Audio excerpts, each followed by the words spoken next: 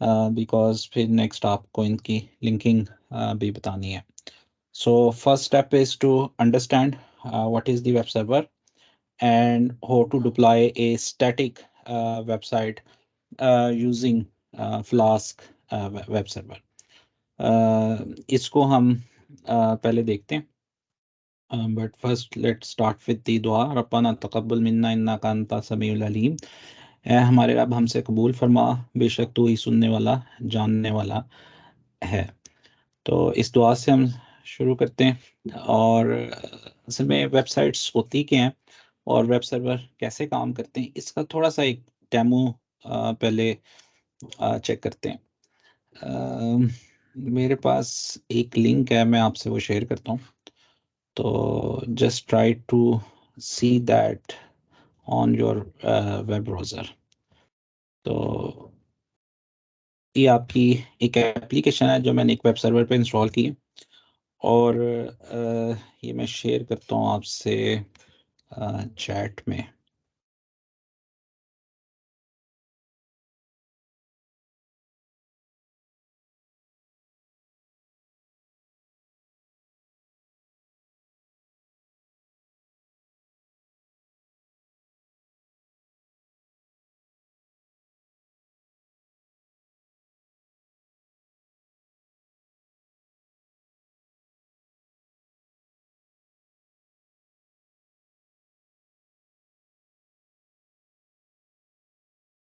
अच्छा बच्चों, इस लिंक को ज़रा मैंने चैट में सेंड किया. इस लिंक को आप जो है वो क्लिक करके देखें. एक ऑप्शन आएगी विजिट वेबसाइट, उस पर क्लिक कीजिएगा तो आपको जो वेबसाइट आपने डिज़ाइन किया है वो आपको नज़र आएगी. तो उसके बाद फिर हम देखते हैं कि इसका वेब सर्वर से क्या ताल्लुक है.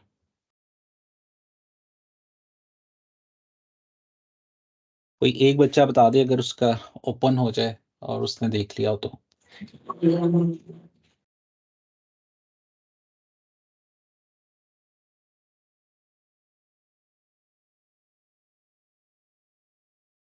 जी सर, ओपन हो गई है.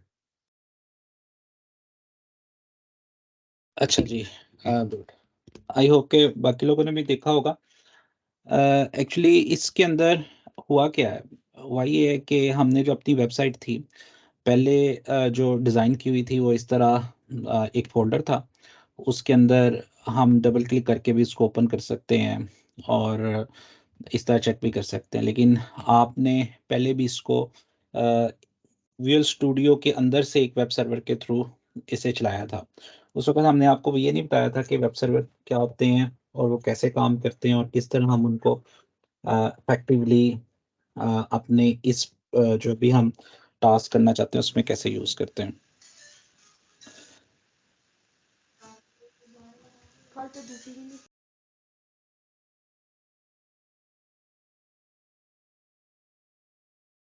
चलो चलो, यहाँ पे जो सिनेरियो है वो कुछ इस तरह का है.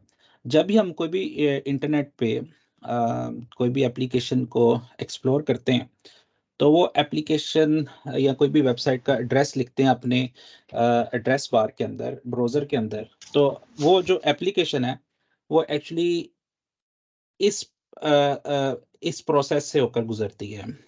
जब भी हम फर्स्ट किसी भी एड्रेस लिखते हैं किसी भी का, उसमें ये चीज़ें इन्वॉल्व होती हैं. हम लिखते हैं HTTP कॉलन स्लैशेस और फिर उसके बाद name of the website, address लिखते हैं, मे बी आप जीमेल लिखते हैं, उसके बाद कॉलन और फिर उसके आगे ये हम इस तरह कोई पोर्ट मेंशन करते हैं. तो this is called the address of the website. ये इसको कंप्लीट को we call the URL, universal resource locator. एक URL के there are three components. One is the protocol, second one is the address and third one is the port. आपको ये ख्याल होगा कि हम तो पोर्ट कभी भी नहीं लिखी, जीमेल को एक्सेस करते हैं, हॉटमेल को करते हैं, फेसबुक को करते हैं, पोर्ट मेंशन नहीं करते. तो एक्चुअली होता ये है कि बाय डिफ़ॉल्ट पोर्ट जो है वो 80 होती है. तो अगर हम अपनी वेबसाइट पोर्ट 80 पे कोई चला रहा हो तो उधर कॉलन के बाद 80 ऑटोमेटिकली अज़्यूम होती है. तो अगर आपने टेस्ट करना हो तो कॉलन 80 लिखकर आप चेक कर सकते हैं, उससे भी आपको सेम ही रिजल्ट नजर आएंगे। तो ये this is complete is called the address of the our website. तो जब क्लाइंट जिसको हम यूजर एजेंट कहते हैं, जो आपका ब्राउजर होता है, इसको हम यूजर एजेंट कहते हैं। और ये जो है वो वेब एड्रेस लिखकर एक्सेस करता है। तो पीछे पीछे नेटवर्क के ऊपर काफ़ी काम होता है। रिक्वेस्ट डीएनएस के पास जाती है, फिर उसके बाद आईपी मिलता है। ये वो उसकी डिटेल्स में भी हमें जाने की जरूरत नहीं, वो आप जब कोई डिटेल कोर्स पढ़ेंगे उसमें वो चीज़ें आपको पता चल जाएंगी। लेकिन जो भी हम एड्रेस लिखते हैं वो वेबसाइट उस स्पेसिफिक सर्वर के पास जाती है। सर्वर क्लाइंट को वो पेज वापस सेंड करता है, सर्व करता है। और वापस जो सेंड करता है, इसके डिफरेंट फॉर्मेट्स होते हैं, जिसके अंदर एक बड़ी कॉमन लैंग्वेज है विच इज कॉल्ड HTML। तो HTML इंटरनेट पे कम्युनिकेशन का एक तरीकाकार है जो आपने पहले पढ़ी है। It is called hypertext markup language, plus इसके साथ साथ फिर CSS, फिर जावास्क्रिप्ट, बूटस्ट्रैप, ये सारी चीज़ें जो हैं, बाकी बाकी जितनी भी चीज़ें ना, ये बेसिक ये स्टैक है। बाकी सारी चीज़ें इन्हीं की आसानी है। मतलब बूटस्ट्रैप एक्चुअली पीछे JS और CSS को यूज़ करता है। तो वो बैकग्राउंड पे बेसिकली ये 3 चीज़ें ही तमाम आगे फर्दर चीज़ों की एक्सटेंशंस की बेस हैं, ये फंडामेंटल्स हैं। तो इस तरह सर्वर ये वाले कंटेंट जो है वापस क्लाइंट को भेजता है, और क्लाइंट फिर उन कंटेंट्स को देखता है, जिस तरह हम कल जो यूज़र हैं वो इन कंटेंट्स को देखते हैं। तो इसी तनासुब से हर वेबसाइट के there are 2 parts. One is called the front end and one is called the back end. Front end के अंदर जो टेक्नोलॉजीज हैं वो ये वाली हैं जो अभी हमने बात की है, ये HTML, CSS और जावास्क्रिप्ट, ये असल में फंडामेंटल है। बाकी सारी जो है रिएक्ट, एंगुलर, Vue, ये तमाम जो फ्रेमवर्क्स, इन these are called the framework, and this framework actually based on the JavaScript, CSS and HTML। तो वो उन्हीं के ऊपर बेस होते हैं। तो फ्रंट एंड जो नजर आता है, और बैक एंड जो पीछे बैकग्राउंड के ऊपर सर्वर्स पे सब कुछ चल रहा होता है, उसको हम बैकएंड बोलते हैं। बैकएंड में देयर आर मैनी स्टैक्स। उसके अंदर PHP का स्टैक है, ASP.NET का स्टैक है, फिर ये थोड़ा सा और डायग्राम ठीक नहीं है, पाइथन का स्टैक है, that is separate from PHP, उसका PHP से कोई ताल्लुक नहीं है। तो वो जो ये स्टैक्स हैं वो देयर आर डिफरेंट स्टैक्स। इसी तरह डेटाबेसेस में, फाइल स्टोरेज में, डाटा को पुट करने में MongoDB, MySQL, MS SQL, there are many different databases. और अभी हम जिसको यूज़ कर रहे हैं, जो हमने कल के लेक्चर में पढ़ी थी, that was the that data frames and pandas and files. तो हम उसके थ्रू डाटा को सेव करेंगे। तो ये बैक एंड होता है। तो फ्रंट एंड में अभी आपने 2 चीज़ें देख ली हैं, HTML, CSS और वेब बूटस्ट्रैप। अब बैक एंड में हम देख रहे हैं, ये लगे हैं कि हम जो सर्विसेज हैं, जो अभी हमने पहले तो अभी इस ज़रा क्विक लेक्चर पे हम देखेंगे कि जो हमने लास्ट टाइम HTML, CSS बनाई थी, इसको वेब सर्वर पे कैसे होस्ट करना है।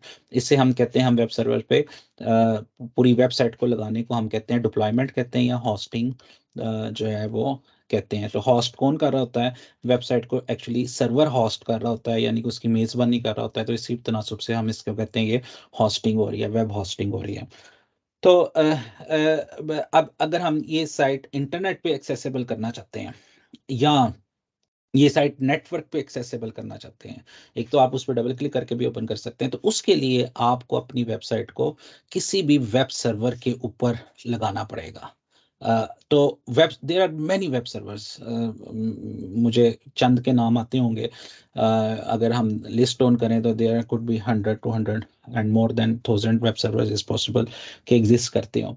तो बहुत सारे वेब सर्विसेज सर्वर्स हैं। कुछ वेब सर्वर किसी खास टेक्नोलॉजी के लिए चलते हैं, जिस तरह अगर हम पाइथन में काम कर रहे हैं तो फिर उसके लिए फ्लास्क एक सिंपल सा वेब सर्वर है जो हम यूज़ करते हैं। इसी तरह अगर हम जावा लैंग्वेज में काम कर रहे हैं तो इसके लिए JRUN वेब सर्वर है, वो हम यूज़ करेंगे। अगर इसी तरह हम C# में काम कर रहे हैं तो उसके लिए IIS इंटरनेट इंफॉर्मेशन सर्वर है। PHP में काम कर रहे हैं तो उसके लिए अपाची या वैम्प जो है वेब सर्वर। और इसके अलावा भी there are many web servers. तो वेब सर्वर क्या करता है? वेब सर्वर हमें जो हम वेबसाइट बनाई हुई है दो चीज़ें ऑफर करता है। वन इज़ कि जो हमने स्टैटिक वेबसाइट बनाई है, जो आपने HTML, CSS और बूटस्ट्रैप को यूज़ करके बनाई थी, उसको हमें अलाउ करता है कि we can use that on the internet और अवर कंप्यूटर नेटवर्क्स। तो अपने जो नेटवर्क है within that we can use it, और यहाँ उसको इंटरनेट। दूसरे नंबर पे वेब सर्वर हमें हेल्प करता है कि जिस तरह अभी हमारी क्लाइंट को लेट्स से ये वेबसाइट मैंने इधर ब्राउज़र के अंदर URL दिया और ये वेबसाइट मुझे अब नज़र आ रही है।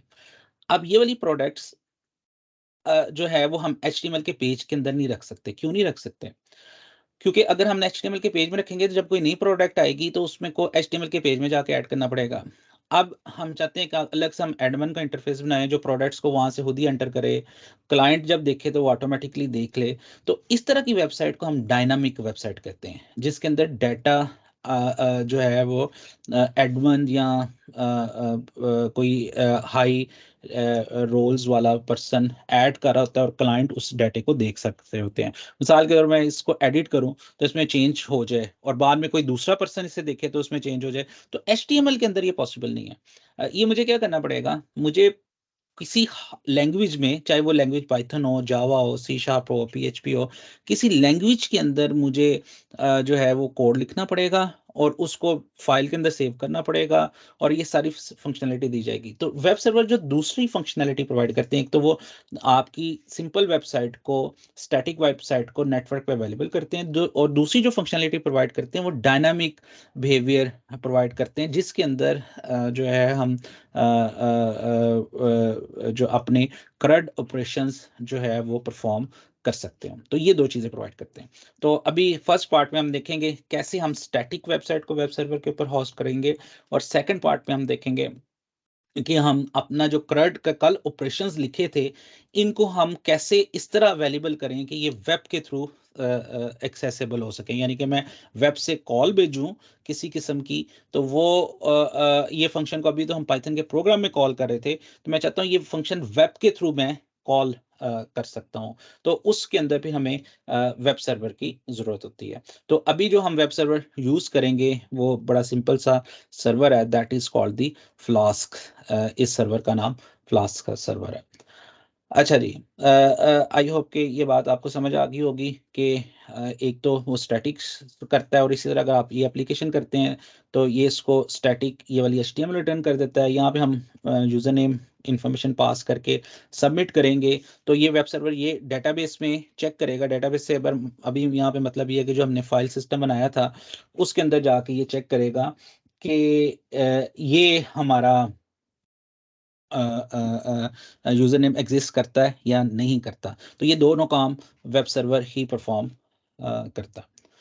अ, अब एक सिंपल सा फंक्शन लिखते हैं। वो फंक्शन क्या करेगा? हेलो वर्ल्ड करेगा। लेकिन ना इस फंक्शन को हम चाहते हैं पाइथन के प्रोग्राम से कॉल ना करें या कमांड लाइन से कॉल ना करें। Instead of that we want to call it from the web browser. तो हम चाहते हैं कि वेब ब्राउज़र से कॉल हो। तो उसके लिए क्या करना पड़ेगा? सबसे पहले हमारे पास वेब सर्वर का सॉफ्टवेयर होना चाहिए। तो उसको हमें इंस्टॉल करना पड़ेगा। इंस्टॉल करने के लिए you need to have let's say first ये देख लेंगे this is the simple function that we want to call it from the web और फ्रॉम दी अवर ब्राउज़र। और ये क्या रिटर्न कर रहा है? ये हेलो वेब रिटर्न कर रहा है। जब ये फंक्शन कॉल होगा तो ये हेलो वेब हमें, मैं चाहता हूँ मुझे ब्राउज़र में लिखा हुआ आ जाए। अब हम देखते हैं इसको इस काबिल कैसे बनाएं कि ये ब्राउज़र से कॉलेबल हो। ठीक है, ये हमारा ऑब्जेक्टिव है कि हम इसी फंक्शन के साथ ऐसा क्या करें कि ब्राउज़र से कॉल होने लग जाए। तो उसके लिए सबसे पहले हमें वेब सर्वर की ज़रूरत होगी। We need to install the web server and for that we use the pip install flask. आप अपने कंप्यूटर्स पे पिप पाइथन के अंदर अगर कोई आपने नया पैकेज या नई API इंस्टॉल करनी हो तो उसके लिए आप जो है वो पिप यूज़ करते हैं। पिप इंस्टॉल फ्लास्क लिखेंगे। जो पाइथन के हायर वर्जन हैं उनके साथ समटाइम पिप का सॉफ्टवेयर नहीं आता। अगर आपने उसके अंदर इंस्टॉलेशन के वक़्त चेक नहीं किया, तो उसके लिए फिर आपको पिप अलग से इंस्टॉल करना पड़ता है। वो आप गूगल कर लीजिएगा या हम आपसे लिंक शेयर कर देंगे कि वो पिप कैसे इंस्टॉल किया जाता है। सिंपल मेथड है, उसको कोई वो नहीं है, लेकिन अगर फिर भी कोई मसला हुआ तो वो विल हेल्प यू आउट। अच्छा, पिप इंस्टॉल फ्लास्क लिखेंगे तो ये क्या करेगा, आपके सिस्टम के ऊपर फ्लास्क वेब सर्वर इंस्टॉल कर देगा। सेकंड स्टेप ये है कि आपने उसको पाइथन के प्रोग्राम में यूज़ करना है। तो आप क्या करेंगे, सबसे पहले जिस तरह आप लाइब्रेरीज को इंपोर्ट करते हैं पाइथन में, उसी तरह इंपोर्ट करेंगे फ्रॉम फ्लास्क इंपोर्ट फ्लास्क। तो ये नाम ऑलरेडी डिफाइंड है, ये क्लास पाइथन में फ्लास्क के लिए डिफाइंड है। तो ये हम इसको इस तरह इंपोर्ट करेंगे और फिर उसके बाद हम इसका एक नाम रख लेंगे।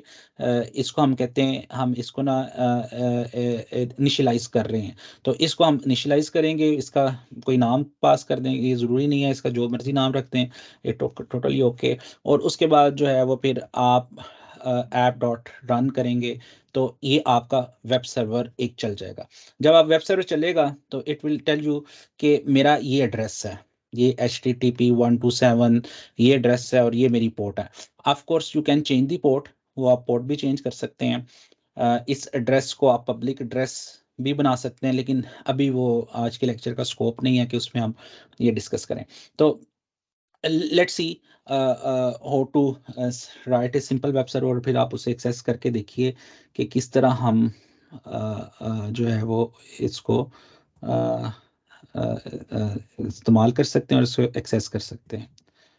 तो यहाँ पे आते हैं, यहाँ पे ऑलरेडी इतना कोड लिखा हुआ है। तो फ्रॉम फ्लास्क इंपोर्ट फ्लास्क, उसके बाद ऐप फ्लास्क इनिशियलाइज हो गया, उसके बाद ऐप डॉट हम रन का फंक्शन कॉल करेंगे। तो जब मैं ये अब starter web dot py execute करूँगा तो एक वेब एप्लीकेशन चल जाएगी। तो ऑलरेडी क्योंकि मैंने एक एप्लीकेशन चलाई हुई है, मैं पहले उसको क्लोज कर देता हूँ ताकि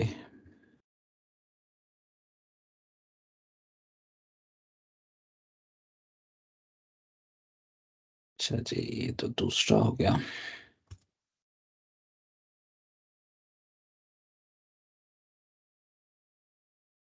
हाँ,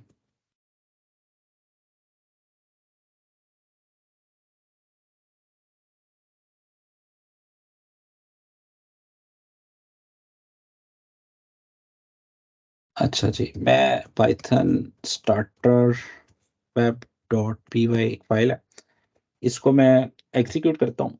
तो ये आप देख रहे हैं कि वो जो मैंने लिखा होता ऐप डॉट रन, उसकी वजह से वेब सर्वर ये चल गया। अब अगर मैं इस यूआरएल पे जाऊंगा तो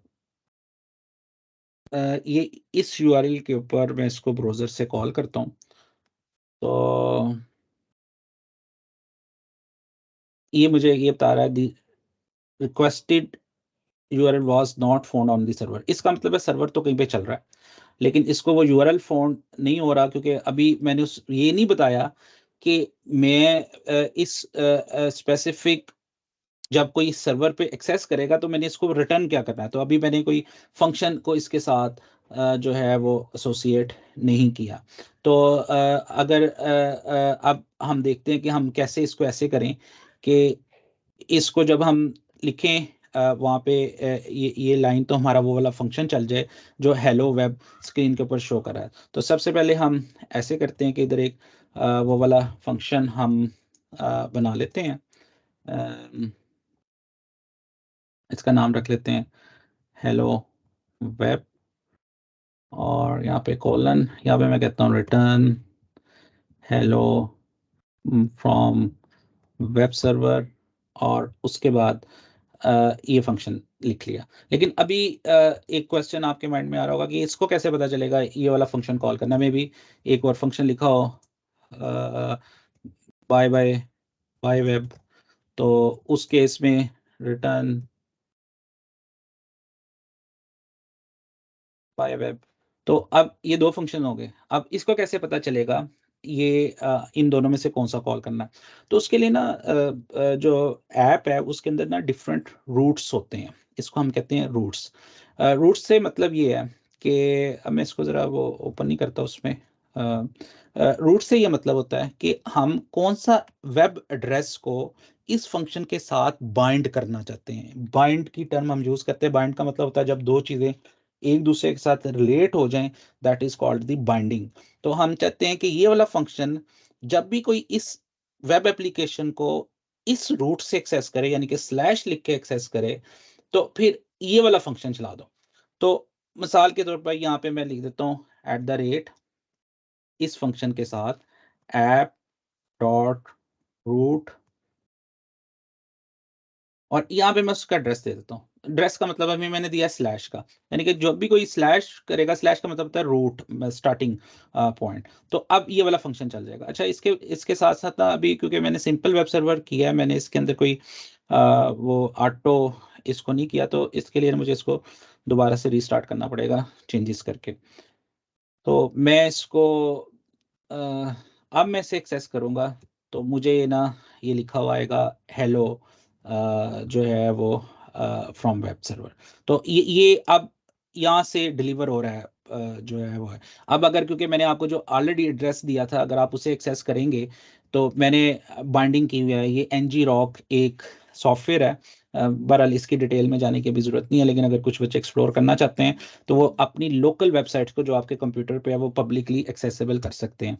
तो अब आप इसको जो आप अपने कंप्यूटर से एक्सेस करेंगे, तो अब मेरा जो कंप्यूटर है वो as a web server act कर रहा है। तो जब आप ये यूआरएल एक्सेस करेंगे, तो ये यूआरएल की रिक्वेस्ट मैंने बाइंड की हुई है, ये एक विंडो के अंदर इस जगह पे। तो जब भी इसको कोई एक्सेस करेगा, तो ये रिक्वेस्ट को फॉरवर्ड कर देगा आगे मेरी इस लोकल होस्ट को।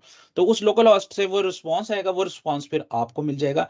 बहरहाल ये मैंने बस इसलिए कि अभी आपको क्लास के अंदर डेमो दे सकूं, लेकिन आप वैसे इसको इस तरह भी टेस्ट कर सकते हैं अपना लोकल होस्ट, क्योंकि जो एड्रेस पे इसने बाइंड किया वो 127.0.0.1:5000 है। तो वो जो लोकल होस्ट है वो और ये दोनों एक ही मतलब होता है। यहाँ तो आप लोकल होस्ट लिख दें, या आप इसके साथ ये वाला आईपी एड्रेस लिख दें, तो इन दोनों का एक ही मतलब होता है, दोनों इंटरचेंजेबल टर्म्स हैं। तो आप उनको दोनों में से कोई भी यूज कर सकते हैं। अच्छा, अब ये तो वेब सर्वर का बेसिक कॉन्सेप्ट हो गया। मे बी इसमें हम चाहे नहीं, हम जब तब ये दिखाना चाहते हैं जब कोई हेलो के साथ करे, तो मैं लिख देता हूँ रूट के साथ हेलो। अब स्लैश पे कुछ नजर नहीं आएगा। अब जब कोई स्लैश हेलो लिखेगा, फिर ये वाला फंक्शन कॉल होगा। इसको हम भी एक दफा ऑब्जर्व करते हैं, फिर अगर आपका कोई क्वेश्चन है then I will take up, और फिर हम नेक्स्ट मूव करेंगे। अच्छा जी, अब देखिए मैंने सर्वर चलाया। अब मैं इसको रूट के साथ इसकी बाइंडिंग खत्म होगी। अब वो मुझे कहता है नॉट फाउंड। अभी आप भी अपने पास जो यूआरएल था उसको एक्सेस करेंगे, जो मैंने चैट पे शेयर किया था, आपको नॉट फाउंड आएगा। लेकिन आप यहाँ पे स्लैश वही नाम लिखेंगे जो मैंने यहाँ पे इसको दिया है, दैट वाज दी हेलो। और अगर मैं वेब के ऊपर यहाँ पे हेलो लिखूंगा, तो अब ये वो वाला पेज मुझे मिल जाएगा। तो इस तरह ये अब हमारा एक वेब सर्वर एक्टिवली जो है वो काम कर रहा है। और ये वाला वेब सर्वर जो है वो is accessible from anywhere, because I have bind it with the ngrok. Otherwise you can access it from the local computer or local network as well. अभी तक कोई question हो तो let me know, then we will move to the next part.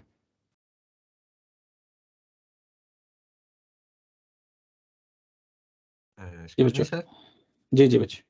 Sir वहाँ पे तो हमने just return करवाई है स्ट्रिंग, तो वो प्रिंट कैसे हो गई है वहाँ पे? बच्चे, वहां से जो कुछ रिटर्न हुआ है वो असल में इसको एज ए टेक्स्ट वापस मिला है, और उसने उस टेक्स्ट को एज इट इज हमें शो करवा दिया। अच्छा, ये जरा देखें। लेट्स से मैं इसको ये करता हूँ।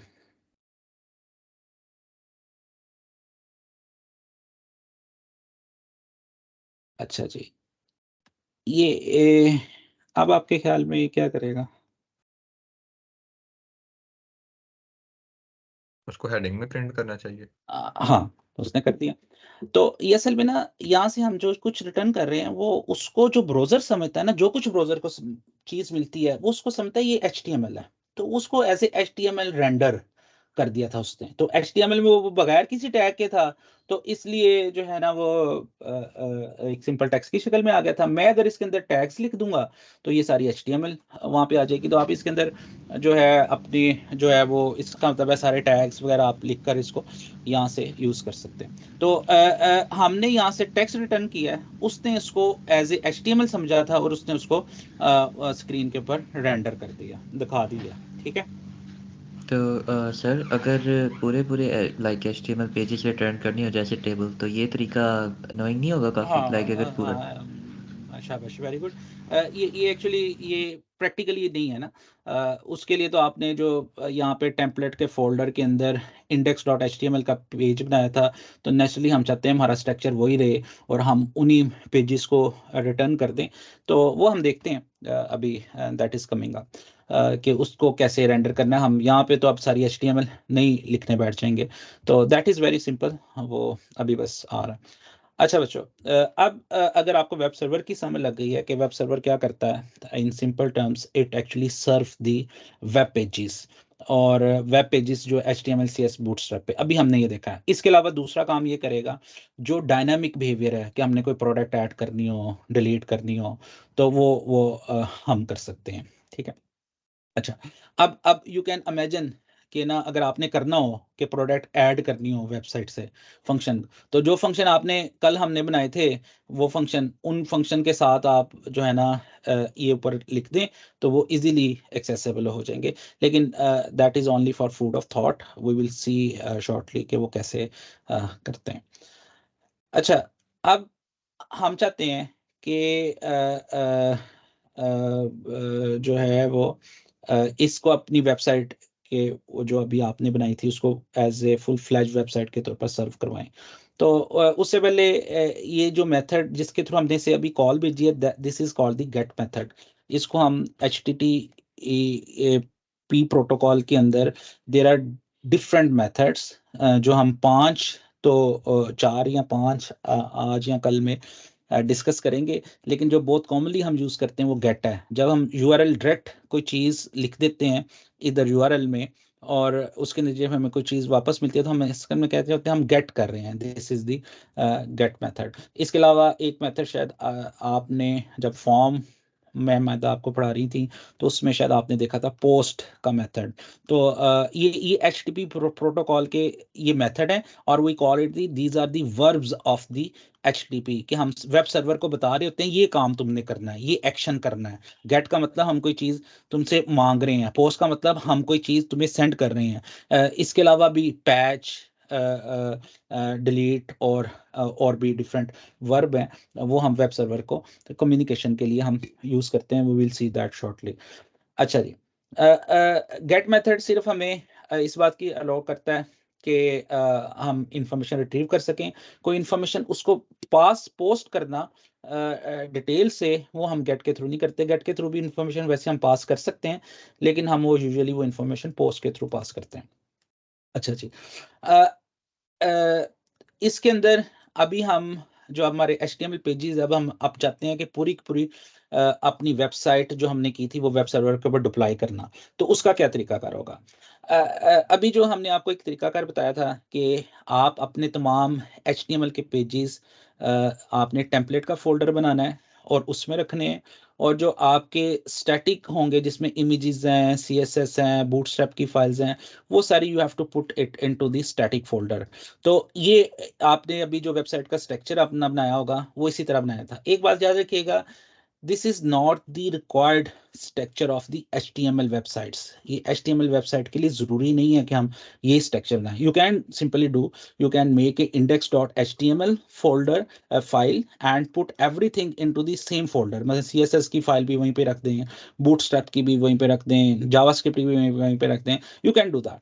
लेकिन ये जो हमने आपको शुरू से इस तरह फोल्डर्स में बनाना बताया वो इसलिए बताया क्योंकि जो हम वेब सर्वर यूज कर रहे हैं वो है flask.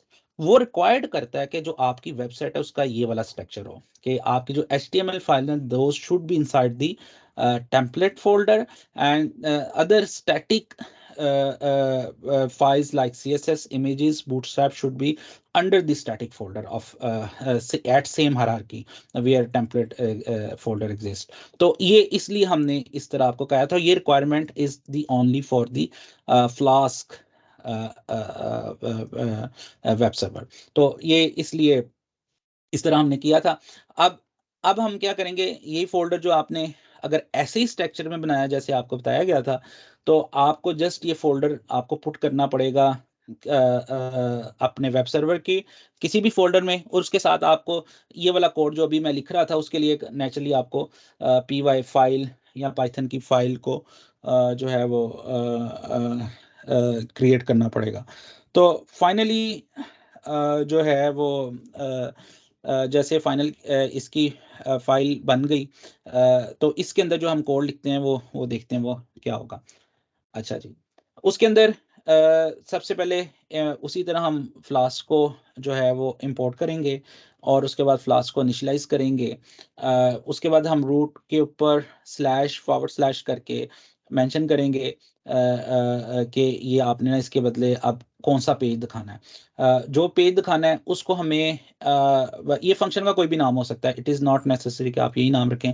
You can give A B C whatever you want to give the name of the function. Then here you have to write on return render h template। Render template का function जो है वो हमें flask ही provide करता है, उसको हमें पहले इंपोर्ट करना पड़ेगा इस फंक्शन को, और उस फंक्शन में फिर हमें अपने HTML पेज का नाम बताना पड़ेगा कि जब कोई पर्सन स्लैश करके एक्सेस करेगा तो कौन सा पेज दिखाना है।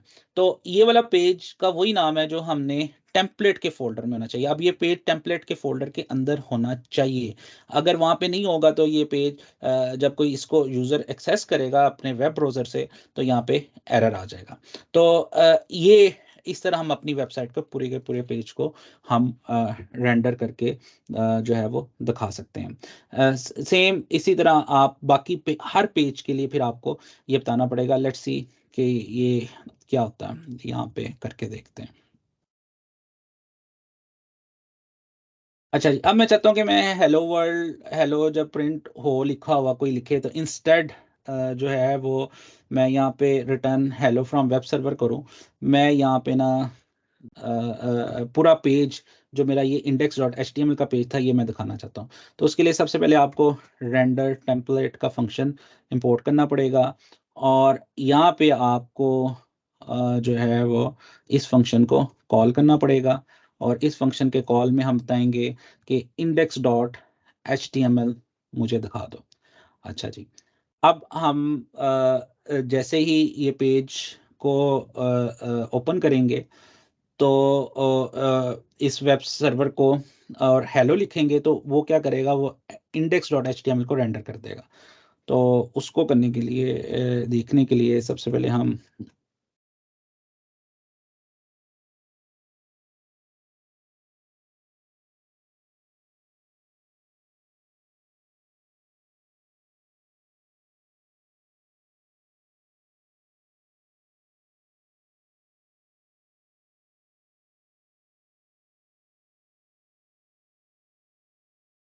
अच्छा जी, अब हम यहाँ पे ना इसको देखते हैं।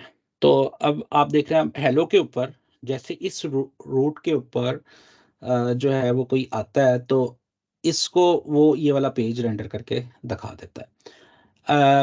अब आप इसको अपने जो यूआरएल आपको दिया था मैंने उसके थ्रू भी देख सकते हैं। Of course that doesn't make any sense कि मैं यहाँ पे हेलो लिख रहा हूँ तो उसकी बेस के ऊपर ये आना चाहिए, इधर मुझे index.html लिखना चाहिए तो फिर आना चाहिए, तो मैं ऑफ कोर्स वहाँ पे जाके भी चेंज कर दूंगा। लेकिन एक चीज़ जो मैं आपको दिखाना चाहता हूँ ये कि अब देखिए मैं प्रोडक्ट्स पे क्लिक करता हूँ तो क्या होगा, आपके ख्याल में क्या होगा? कोई बच्चा? सर वो मैंने देख लिया, शो नहीं हो रहा। ओह अच्छा, क्यों नहीं हो रहा वजह? क्योंकि उसको हमने फंक्शन में कॉल भी नहीं किया हुआ और साथ उसके साथ स्लैश डाल के हेलो भी नहीं लिखा हुआ। देखो उसके साथ हेलो लिखने की जरूरत नहीं है।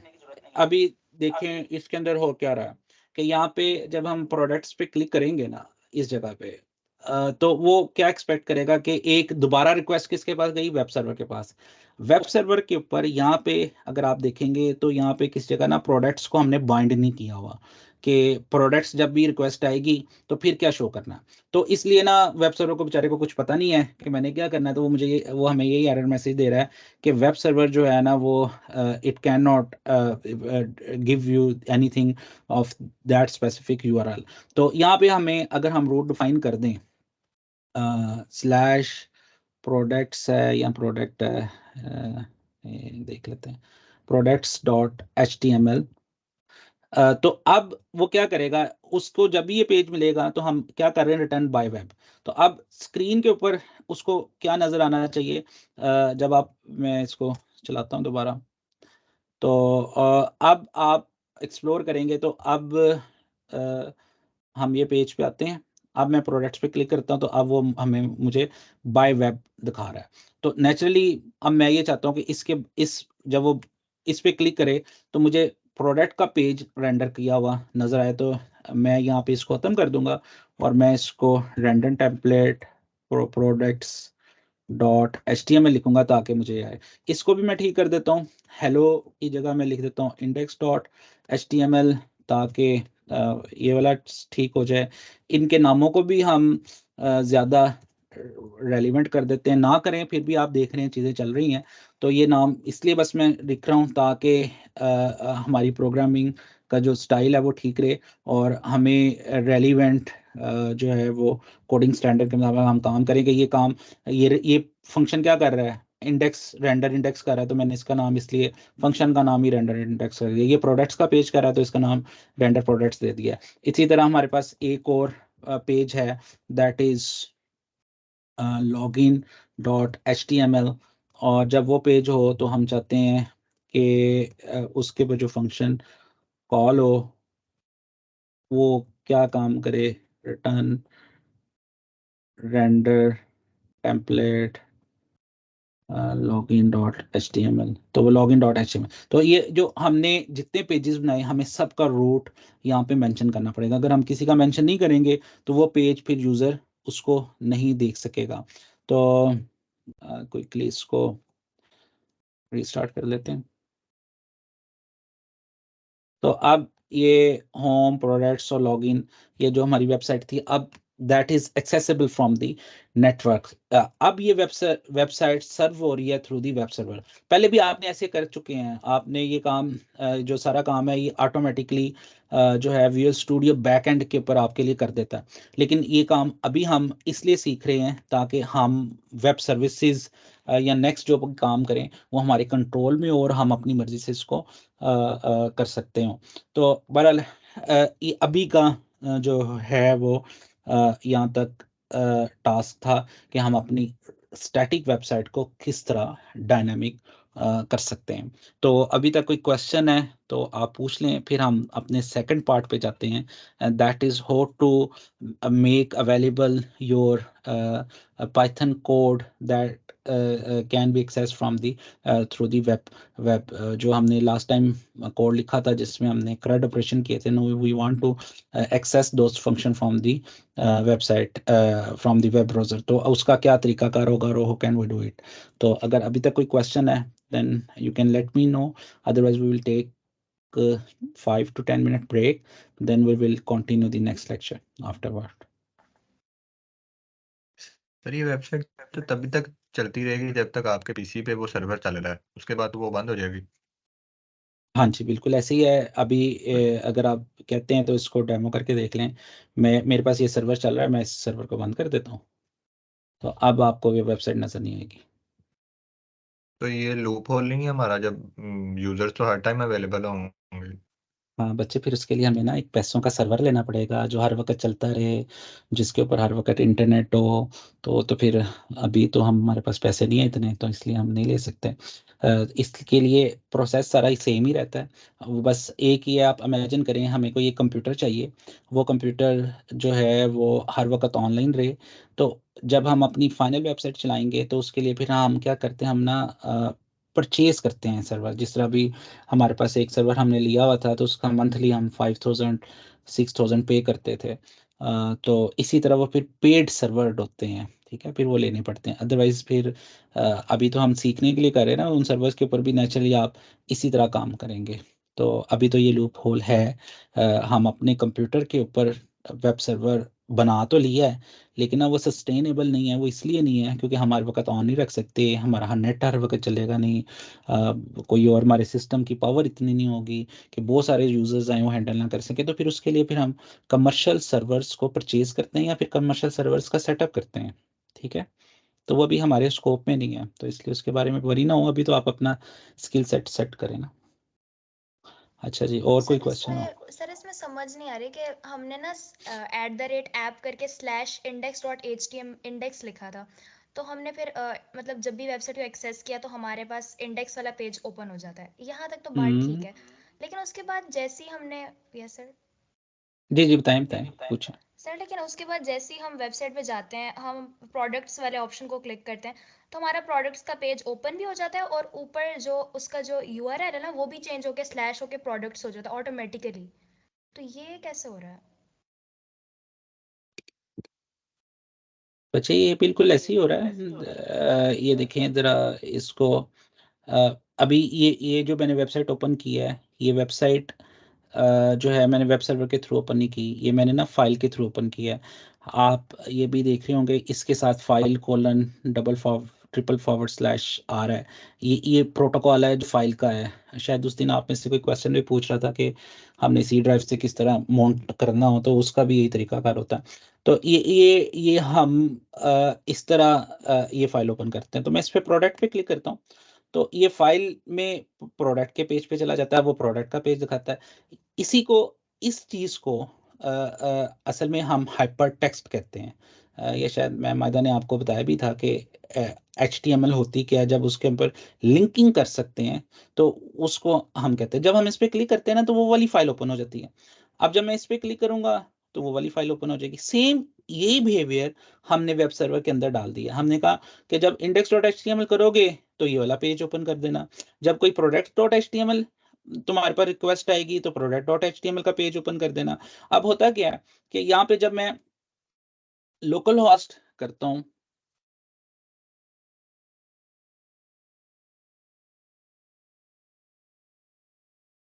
अभी मैंने सर्वर बंद कर दिया।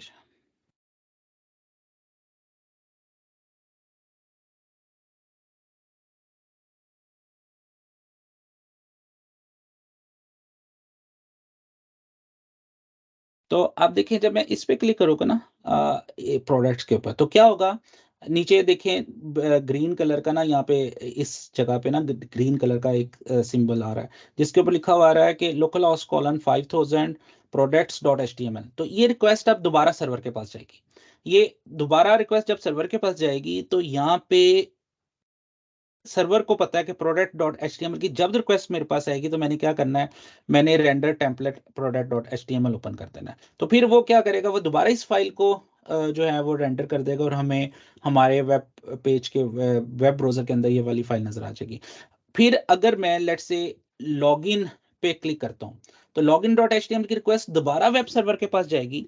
वेब सर्वर के पास जब login.html लिखा हुआ आएगा तो वो उसको पता चल जाएगा login.html की जब भी रिक्वेस्ट आती हैं तो मैंने ये वाला टेम्पलेट रेंडर करना है, तो वो ये वाला टेम्पलेट रेंडर कर देगा। मतलब लेट्स से हम इधर login.html नहीं लिखते या इधर product.html नहीं लिखते, तो क्या होगा, जब मैं उस पर क्लिक करूंगा रिक्वेस्ट आएगी वेब सर्वर के पास, लेकिन वेब सर्वर को पता नहीं होगा कि इसके अगेंस्ट मैंने क्या करना है। तो वो फिर हमें जो है वो कुछ भी नहीं शो करेगा। वो कहेगा कि मेरे पास इस यूआरएल का कोई आंसर नहीं है, तो I can not serve you, I can not give you any file और web page that is correspond to this specific URL. तो इसलिए फिर वो शो नहीं करेगा। अब इसलिए शो कर रहा है क्योंकि यहाँ पे हमने हर लिंक का अगेंस्ट बता दिया। जब भी ये लिंक ओपन होगा तो इसकी कोरस्पॉन्डिंग फाइल कौन सी हमें उधर नजर आनी है, इसलिए वहां पे हमें वो नजर आ रहा है। ठीक है, और कोई यस क्वेश्चन हो? सर इसमें जैसे ये जो सेकंड वाला जो आपने लिखा हुआ है @app_root एक यस सर। सर ये जो सेकंड में जो लिखा हुआ है @app_root हमने स्लैश रख के products.html लिखा है। यहाँ पे हम products.html इसलिए लिख रहे हैं क्योंकि ये हमारी फाइल का नेम है, राइट? नहीं बच्चे, यहाँ पे हम मतलब इसलिए नहीं लिख चेंज कर रहे। सकते हैं? हाँ, मैं आपको बताता हूँ। ये देखें यहाँ पे हम इसलिए लिख रहे हैं क्योंकि यहाँ पे जो हमने हाइपर लिंक दिया हुआ ना, वो हमने products.html का दिया। तो जब मैं इस पे क्लिक करता हूँ ना, तो ये हाइपर लिंक एक्चुअली रिक्वेस्ट जाती है सर्वर के पास, तो उसके अगेंस्ट ये फाइल है। मैं ये कर सकता हूँ, आप यहाँ पे लिख दें abc.html, ठीक है।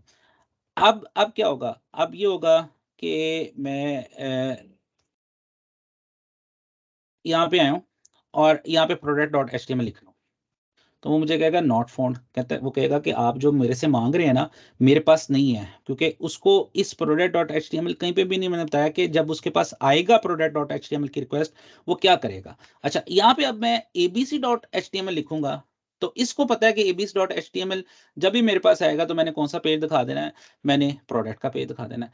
अब मसला क्या होगा, मसला ये होगा जब हम इधर हाइपरलिंक पे क्लिक करेंगे ना, इधर जो हमने हाइपरलिंक लगाया हुआ है उसके अंदर हमने लिखा हुआ है कि ये आपने प्रोडक्ट्स शो करनी है। जो जब भी हम हाइपरलिंक पे जाते हैं, अगर मैं यहाँ पे जाके अपनी पेज के अंदर जाके, जो मेरा इंडेक्स का पेज है उसके अंदर जाके मैं इसका नाम प्रोडक्ट्स के ऊपर abc.html लिख दूं, यानी कि मैं ये कर लेता हूँ, यहाँ पे इधर आके मैं जो है, जो यहाँ पे भी हाइपरलिंक लगा हुआ है जिधर products.html है, इसकी जगह मैं abc.html लिख दूं, तो अब फाइल मेरी का नाम product.html ही होगा, लेकिन इसके बाद जो लिंक बन गया वो कौन सा बन जाएगा, abc का जो है वो बन जाएगा। मुझे एक दफा सर्वर रिस्टार्ट,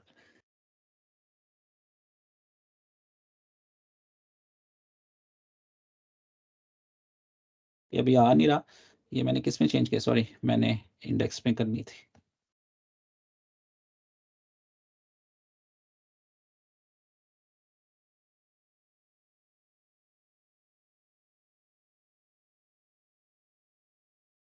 अच्छा जी, अब देखें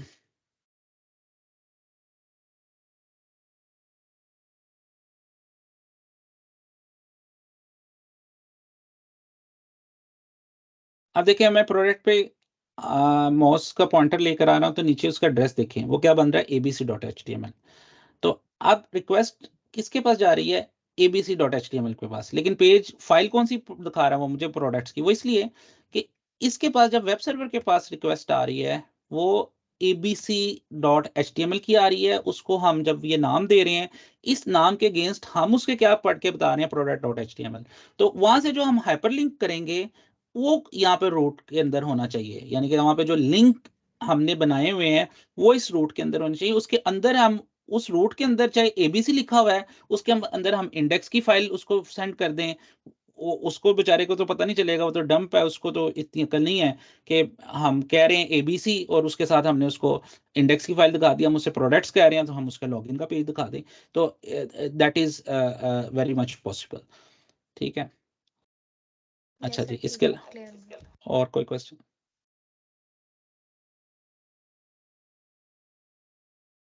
सर ये हम जो अभी यूज कर रहे हैं ऐप डॉट राउट, ये हमारे पास गेट का वर्ब यूज कर रहा है हमारे पास। शाबाश, जो बाय डिफॉल्ट वर्ब है वो गेट का वर्ब यूज होता है। तो जब जब तक हम हमने वर्ब, एडिटिंग करनी होगी। हाँ वो भी बताते हैं, वो आगे नेक्स्ट जो पार्ट है उसके अंदर डिटेल से हम उसको डिस्कस करने लगे हैं, ठीक है। ओके। ठीक है बच्चों, we take a break of 10 minutes, then we will restart, जो है वो करते हैं वेब सर्विसेज को डिस्कस करते हैं, ठीक है। अभी मैं इस मीटिंग को लीव कर रहा हूँ, after that we will start it.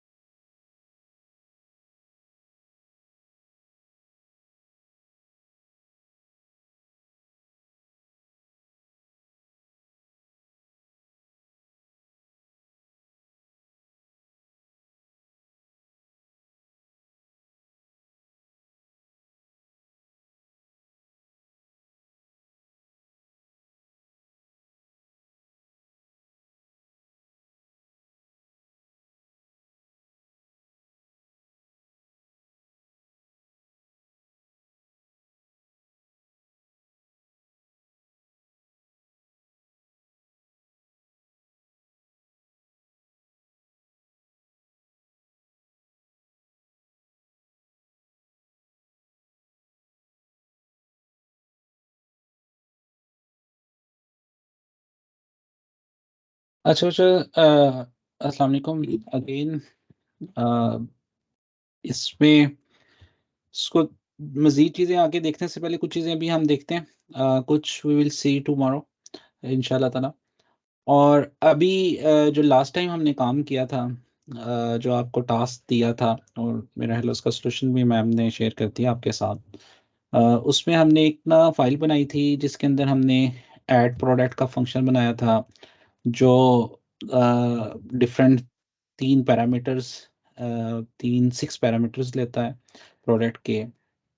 वो फाइल को रीड करता है, फाइल में जो है वो स्टोर करता है न्यू लोकेशन के ऊपर और फिर उसको सेव कर देता है। तो ये तो ऐड प्रोडक्ट का फंक्शन था। इसी तरह एक फंक्शन बनाया था जो तमाम की तमाम प्रोडक्ट्स को गेट करता था फाइल में से और डाटा फ्रेम को रिटर्न कर देता था। सेम एक फंक्शन बनाया था जो किसी खास प्रोडक्ट को रिटर्न करता था, उसकी प्रोडक्ट आईडी हम पास करते थे।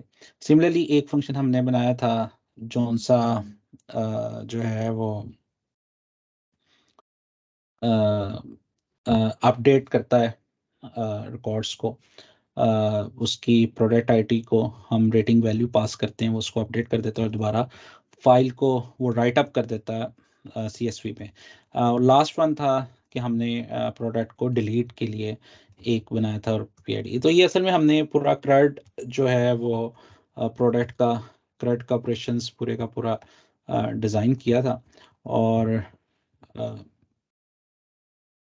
आई होप कि आप सब लोगों ने इसकी प्रैक्टिस की होगी और वो एप्लीकेशन भी बनाई होगी।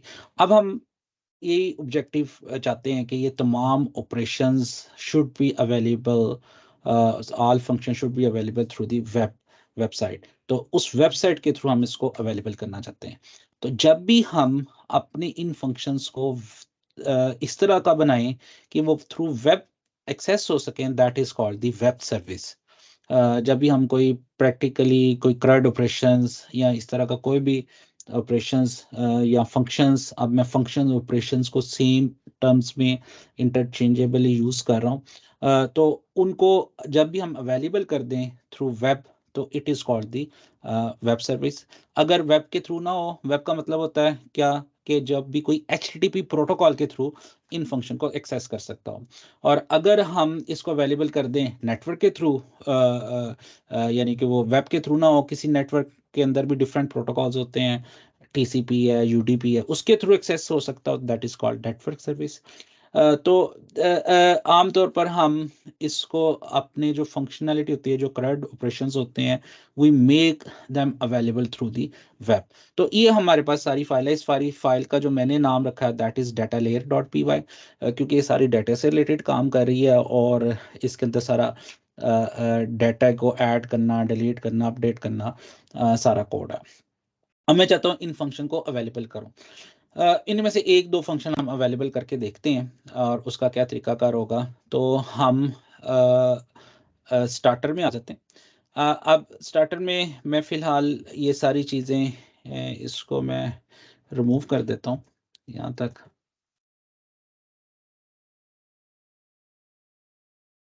और अब मैं चाहता हूँ वो जो फंक्शन जो मेरे डाटा लेयर में पड़े हुए हैं उनको करूँ। एक काम ये भी कर सकते हैं कि हम जो अपना वेब सर्वर का कोड है वो सारे का सारा वो डाटा लेयर में ले आएँ और यहीं पे इन्हीं फंक्शंस के ऊपर रूट्स वगैरह बता दें, वो भी ठीक है। अदर वे अराउंड अब आप थोड़ा-सा इमेजिन कर सकते होंगे जो हम आपको क्लासेस में भी बताते रहे हैं और वैसे भी है। अब ये वाली same code you are actually using with the command line project अगर आपने किया, जिसके ऊपर कमांड में ऑप्शन थी कि ऐड प्रोडक्ट कर सकते हैं, डिलीट कर सकते हैं, वो है। तो मैं चाहता हूँ ये कोड को मैं इंडिपेंडेंट ही रखूँ। ये कोड को मैं, यानी कि मेरा जो कमांड लाइन का कोड है वो भी चलता रहे और वेब के साथ भी चलता रहे। तो मैं आम तौर पर जो हमारा डाटा से रिलेटेड काम होता है वो हम सेपरेट रखते हैं। उसको नहीं कुछ पता कि मैंने कमांड लाइन के चलना है या मैंने वेब के लिए चलना है। वो सारी इन्फॉर्मेशन हम कहाँ पे रखते हैं? यूजर इंटरफेस में। तो यहाँ पे हम जो स्टार्टर वेब है उसके लिए हम इसको के फंक्शन को वहां से कॉल कर लेते हैं। तो उसके लिए हमें ये फाइल को इंपोर्ट करना पड़ेगा। इंपोर्ट, इस फाइल का नाम है डाटा लेयर और इसको मैं एज ए DL कर लेता हूँ, आप अगर सिंपल डाटा लेयर भी कर दे तो इट्स ओके। तो मैं इसको इंपोर्ट कर लेता हूँ कि डाटा लेयर की जो मेरे फंक्शंस हैं वो सारे के सारे इसमें आ जाएंगे, उन फंक्शन को मैं एक्सेस कर सकता हूँ थ्रू DL के। तो अब मैं ये चाहता हूँ कि मैं इधर एक फंक्शन बनाऊँ कि वेब के ऊपर से गेट प्रोडक्ट्स का, जो मेरी फाइल में से प्रोडक्ट्स पकड़े, रीड करे और मुझे वापस जो है वो सर्वर के ऊपर दिखा दे। तो जो भी इससे एक्सेस करे उससे दिखा दे। तो यहाँ पे सबसे पहले हम एक फंक्शन बनाएंगे। अब वो फंक्शन कैसे बनाएंगे? ऐप डॉट रूट के थ्रू भी बना सकते हैं। अब ऐप के अंदर डिफरेंट वर्ब्स हैं, जो हम वर्ब्स की बात कर रहे थे कि जब भी हमें रिक्वेस्ट आती है, जो बाय डिफॉल्ट रिक्वेस्ट आती है वो गेट का वर्ब होता है, इसके अलावा पोस्ट का वर्ब होता है, डिलीट का वर्ब होता है, पैच का वर्ब होता है और बहुत सारे हेड का वर्ब होता है, बहुत सारे वर्ब्स हैं। लेकिन हम उनमें से कुछ HTTP के वर्ब्स देखेंगे। तो हम कह सकते हैं ऐप डॉट गेट, जब भी कोई गेट की कॉल भेजेगा उसको, और उस कॉल के अंदर वो लिखेगा कि मैंने प्रोडक्ट्स देखनी है, तो हमारा ये वाला फंक्शन, ये वाला कोड चल जाएगा। वो वाला कोड कौन सा होगा?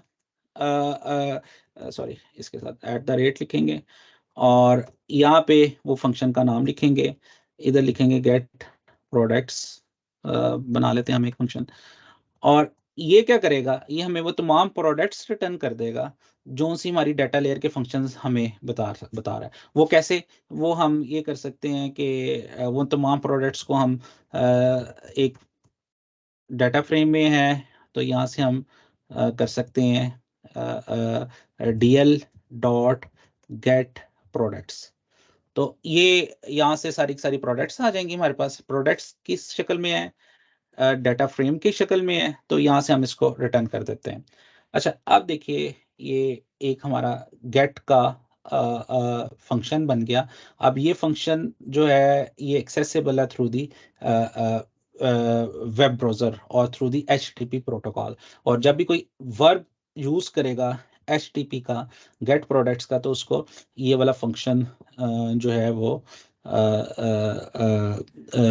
सारी प्रोडक्ट फाइल में से पढ़ेगा। अब DL की रिक्वेस्ट इसके पास जाएगी, ये जो गेट प्रोडक्ट का ये वाला फंक्शन है ये एग्जीक्यूट होगा, ये पूरी की पूरी फाइल को रीड करेगा और उसका डाटा फ्रेम रिटर्न करेगा। इस फंक्शन के पास वो डाटा फ्रेम आ जाएगा और इसको हम रिटर्न कर रहे हैं।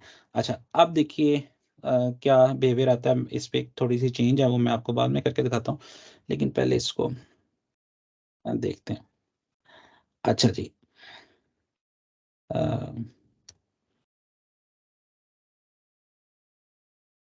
ये वेब सर्वर चल गया। अब हम वेब सर्वर को रिक्वेस्ट भेजते हैं।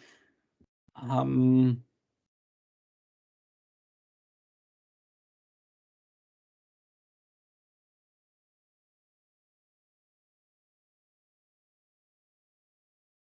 अच्छा जी, अब ये कोई एरर आ गया।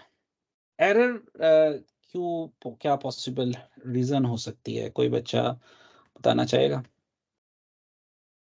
यहाँ पे एरर आ भी रहा है, यानी कि रिक्वेस्ट आई है सर्वर के पास और जो है वो, लेकिन एरर आ गया। कोई बच्चा आप में से? सर हमारे पास उधर डाटा फ्रेम रिटर्न हम करवा रहे हैं, जबकि हमने इधर तो रेंडर करके शो करवाना होता है। अच्छा, गुड, शाबाश, वेरी गुड। देखिए बच्चों, आप ये एरर को भी नीचे पढ़िएगा। लिखा दी view function did not return a valid response. The return type must be string, dictionary, list, tuple with headers or status, response instance or WSGI callables, but it was a data frame. इसका ये मतलब है कि data frame की समझ किसको है? उसकी समझ उसको है जो पाइथन का कोड है, उसको समझ आती है डाटा फ्रेम क्या होता है, लेकिन डाटा फ्रेम की समझ वेब ब्राउज़र को नहीं आती। तो इसलिए जो रिस्पॉन्स है वो this is not valid response. अब ब्राउज़र क्या समझता है? ब्राउज़र ये समझता है HTML को, जो आपने लास्ट टाइम पढ़ी थी। इसलिए हम अब डाटे को हमें HTML में सेंड करना पड़ेगा। अब बड़ी अजीब सी बात है कि हमारा डाटा तो HTML की तरह का है ही नहीं। उसके अंदर तो कोई हाइपर टेक्स्ट हम भेजना नहीं चाहते, तो हम डाटे को फिर वापस कैसे भेजें? तो आम तौर पर ना जब भी ऐसी प्रॉब्लम आती है, जब we have to communicate with the web server, और वेब सर्वर में क्लाइंट को कोई डाटा सेंड करना हो, वो नहीं चाहता कि HTML सेंड करे, वो नहीं चाहता कि इसको कोई और चीज़ सेंड करे, तो डाटा सेंड करना हो और उस वक्त हमें HTML की शक्ल का डाटा नहीं है, हम HTML नहीं दिखाना चाहते, हम तो डाटा सेंड करना चाहते हैं।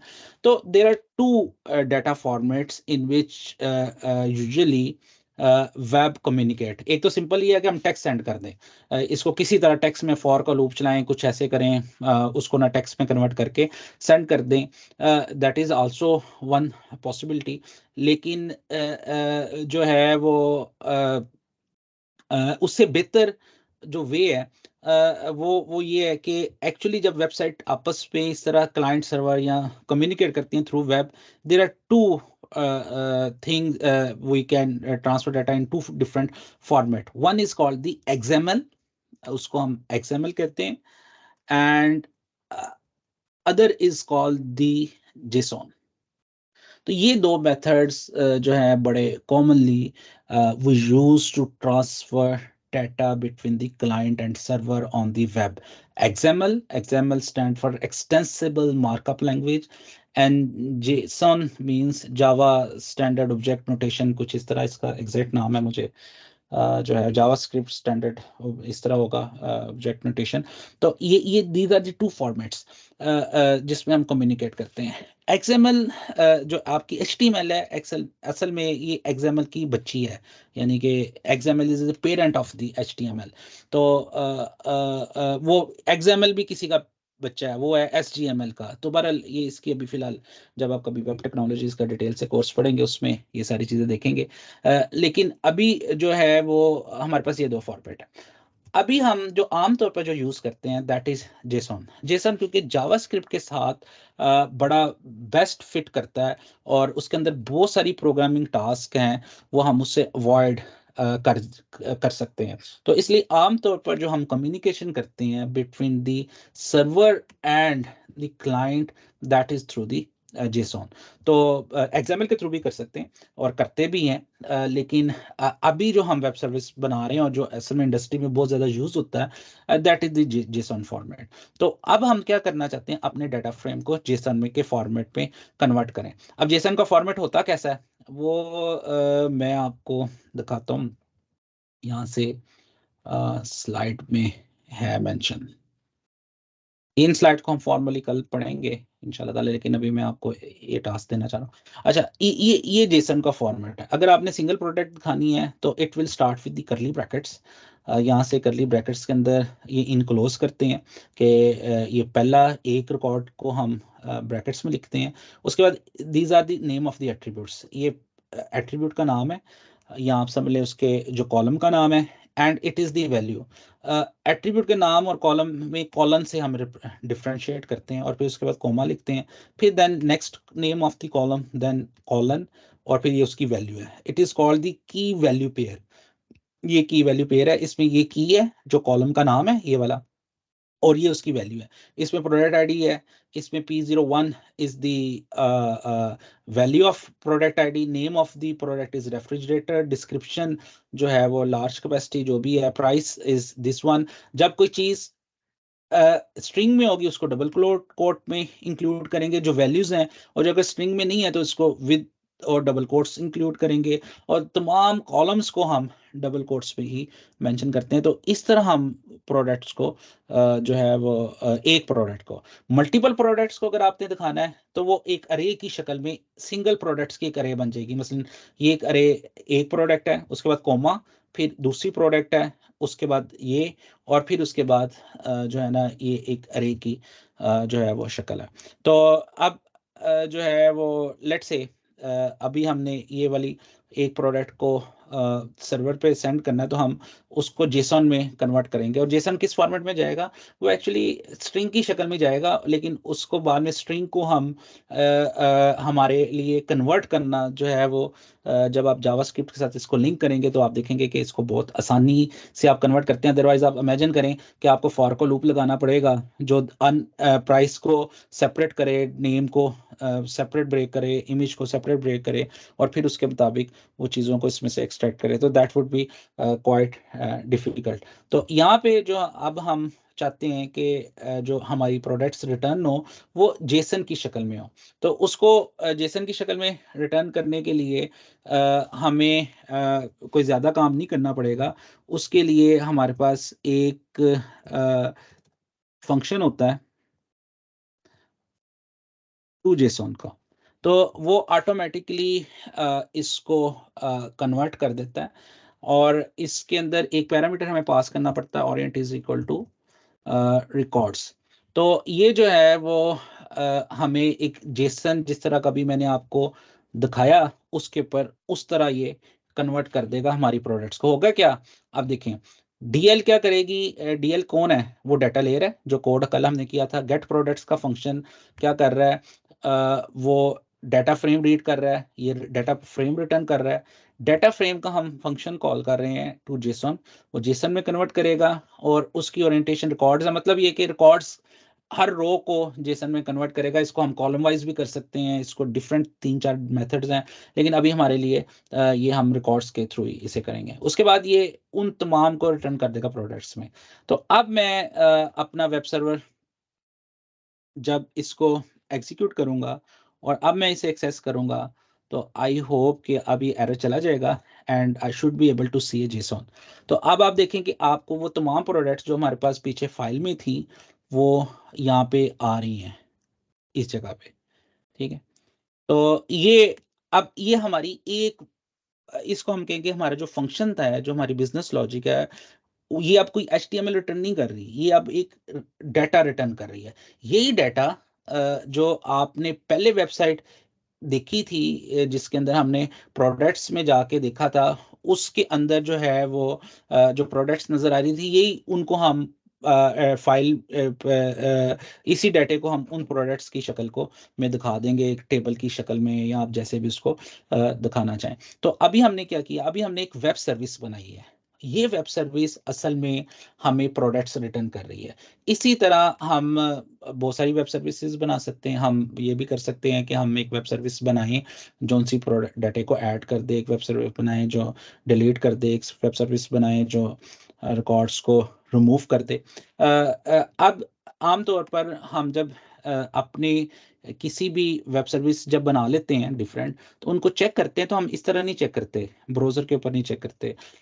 वो क्यों नहीं चेक करते, क्योंकि आप इमेजिन कर सकते हैं कि यहाँ पे चलें, गेट की तो चेक हो जाएगी, पोस्ट की कैसे चेक होगी।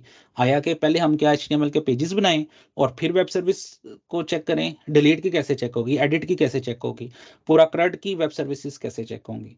तो उसके लिए ना फिर हम एक टूल यूज़ करते हैं जो बहुत कॉमनली हम यूज़ करते हैं, that is called the postman. Postman का टूल आपने कोशिश करनी है, बल्कि कोशिश नहीं करनी, लाजमी इंस्टॉल करना है। और जितना काम मैं अभी बता रहा हूँ इसको कल तक ज़रूर करना है, क्योंकि कल हमने रेस्ट बेस्ड वेब सर्विसेज पढ़नी है।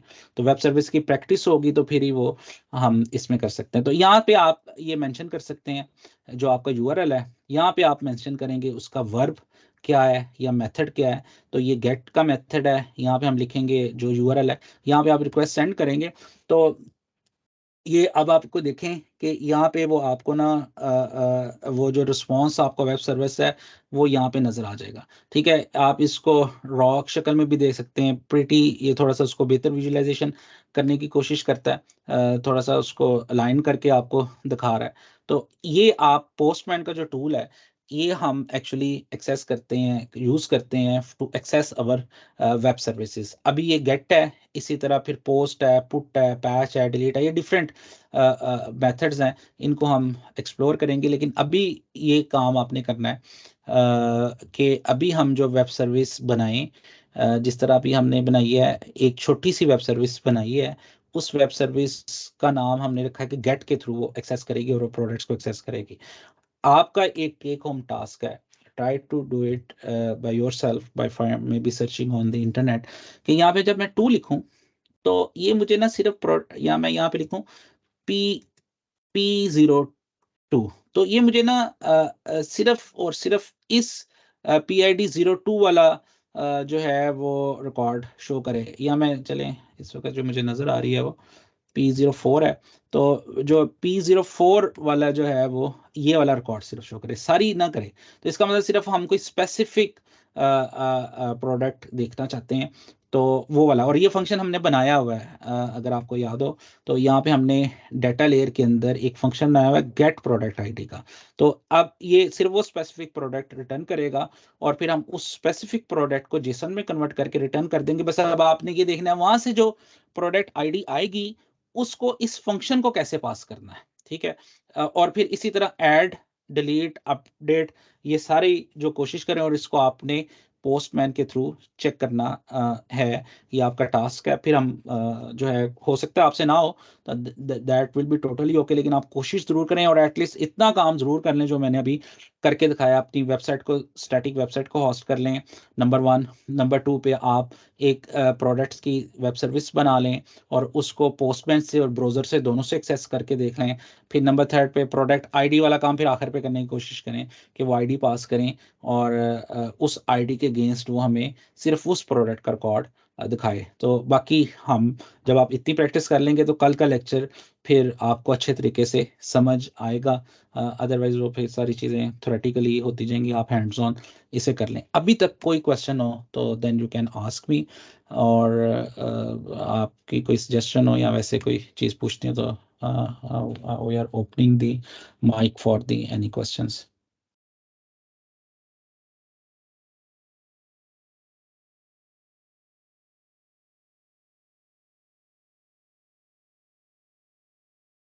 ठीक है बच्चों, अगर क्वेश्चन नहीं है तो फिर हम इसको ऑफ करते हैं और इंशाअल्लाह कल यहीं से कंटिन्यू करेंगे और बाकी तमाम मेथड्स के साथ इसको कंप्लीट करेंगे, जिसमें ऐड, डिलीट, अपडेट, और फिर उसके साथ हम देखेंगे वेब सर्विसेज की एक ख़ास किस्म होती है which is called rest web services. वो क्या होती हैं? कुछ भी नहीं होती, बस वो एक ख़ास नाम है, एक ख़ास तरीकाकार है। जब हम उस ख़ास तरीकाकार से काम कर लेंगे then you will understand things in much more detail. तो inshallah see you tomorrow. अभी फिर हम क्लोज करते हैं। जी, अस्सलाम वालेकुम।